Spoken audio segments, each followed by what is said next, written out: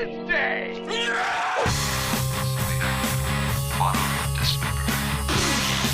Pass blue ribbon! It's a bomb!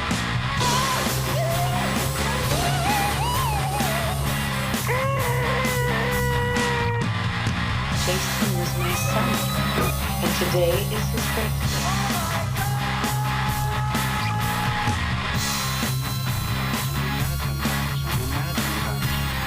We all go a little mad sometimes.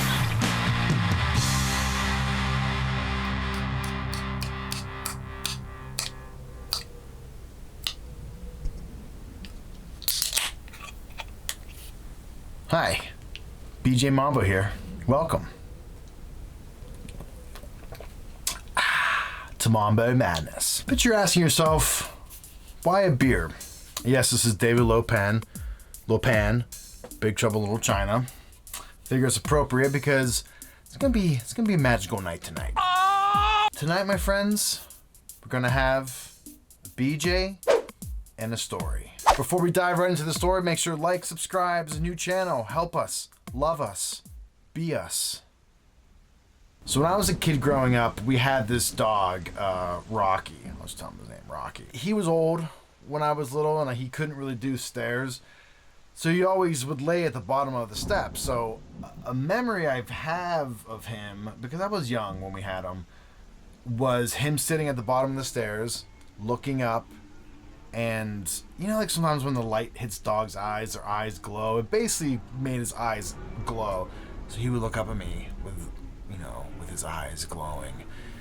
And it was kind of freaky. He was a nice dog, but it was kind of freaky. So I used to have this recurring nightmare. I would say once every month, maybe once every 2 months. And this went on for quite a while. But I had this recurring nightmare where I would wake up and say, I'm gonna go get a glass of milk. So I walk down the stairs, go to the kitchen, open the fridge, get some milk.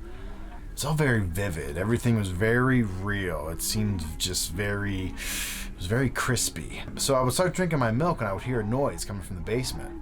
So I set my milk down, go across the kitchen to the top of the basement steps.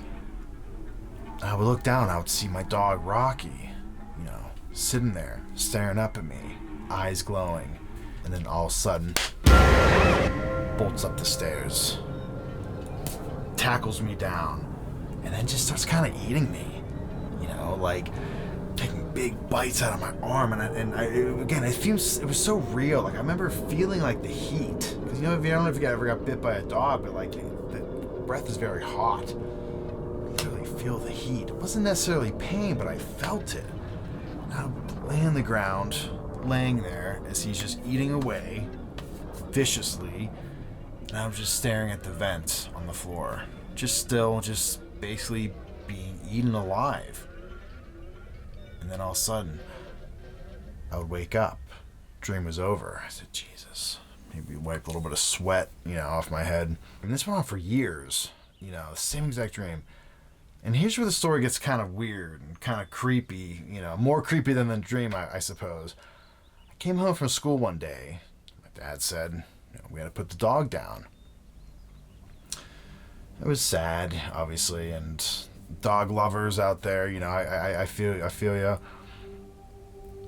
But when he said he put the dog down, at that very moment, the very second, the dream stopped. Like literally stopped. Like I never had it ever again. Like, and that's what's kind of weird. Like the second he was gone, the dreams just stopped.